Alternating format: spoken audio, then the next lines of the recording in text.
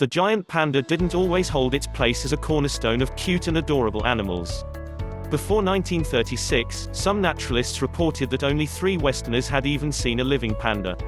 It took the efforts of a New York socialite to finally bring a cuddly ball of black and white cuteness to the United States.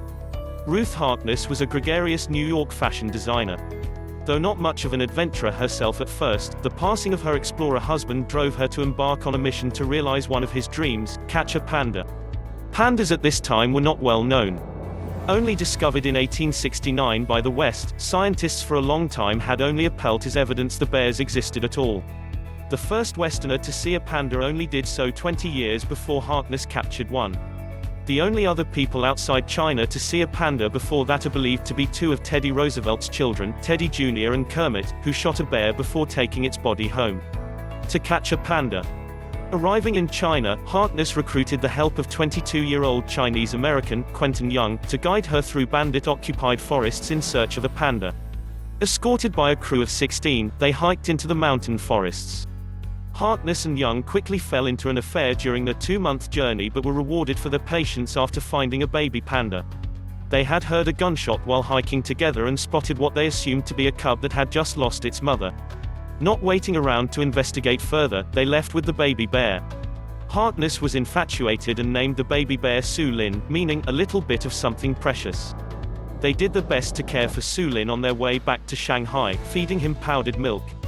When she tried to depart, however, customs officials confiscated Su Lin.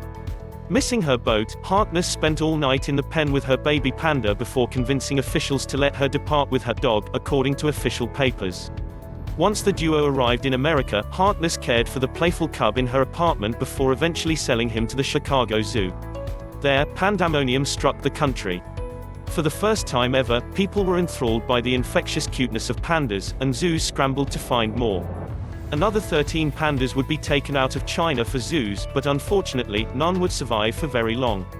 Panda diplomacy. For its help in ending Sino-Japanese conflicts, China decided it wanted to ship 2 of its highly prized pandas to the United States as a sign of friendship.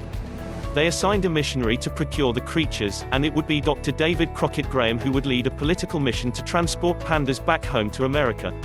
Though he would brave the remote Chinese wilderness, traversing bridges made of just bamboo cable and involving 70 hunters and 40 dogs, he eventually just bought 2 pandas from locals before embarking on a ship home. Though he knew his mission was of grave importance to China, he couldn't have prepared for what would happen during the 35,000-mile sea voyage home. Pearl Harbor was attacked by the Japanese. Fearing bombardment by warplanes, Graham had the ship covered in camouflage material and even considered camouflaging the bear's unique colors to pass unnoticed. The pandas would eventually arrive safely at the Bronx Zoo, in a feat that China would mirror many times as a sign of diplomatic peace, sending pandas to Britain and Russia. You can rent pandas. Though China stopped exporting its pandas for a time starting in 1946, they did gift a pair to President Nixon after his visit in 1972. He had an embarrassing moment speaking with reporters, fearing they needed to be taught how to mate, but the 2 pandas would become America's first to live long, healthy lives. They delivered 5 cubs, but none survived, highlighting the difficulties of breeding pandas.